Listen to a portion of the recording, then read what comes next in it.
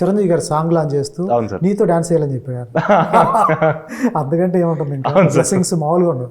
అవును సార్. ఆయన గెలిచినప్పుడు ఎలా ఉండేది? క్రేజీ సార్, అంటే అదొక క్రేజీ ఫీలింగ్. ఇక మేము వెయిట్ చేస్తున్నాం ఆయన కోసం, ఇంకా ఆయన వచ్చారంటే ఒక ఎనర్జీ వస్తుంది ఇలా రూమ్లోకి. ఆ ఎనర్జీ ఇంకా అసలు ఇలా ఫుల్ ఇలా చిల్స్ వస్తుంటాయి, వైబ్రేషన్లు ఇలా తగులుతూ ఉంటాయి.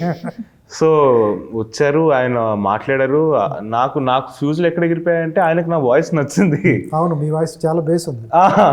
సో ఆయనకు నచ్చింది అన్నారు. నాకు షాక్ ఎక్కింది అది.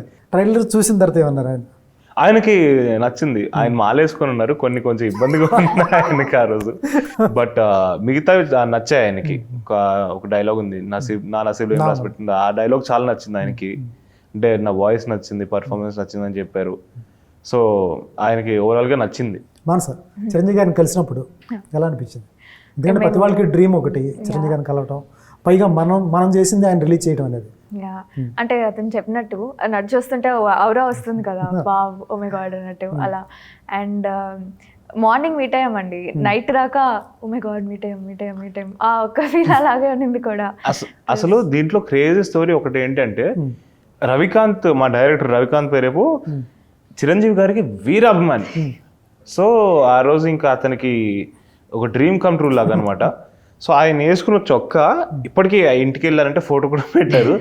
ఆ చొక్కాని అలానే యాజ్ ఇట్ ఈస్ గా తీసేసి ఆ ఫోల్డ్ కూడా ఇలా ఎలా మడత పెట్టారు అలాగే వదిలేసి అలా ఫ్రేమ్ చేస్తారు. అంటే వాష్ ఇట్ కూడా అంటే కడగలేదు, ఏం చేయలేదు, ఇంకా అది అలానే ఫ్రేమ్ అయిపోయింది ఆ చొక్కా.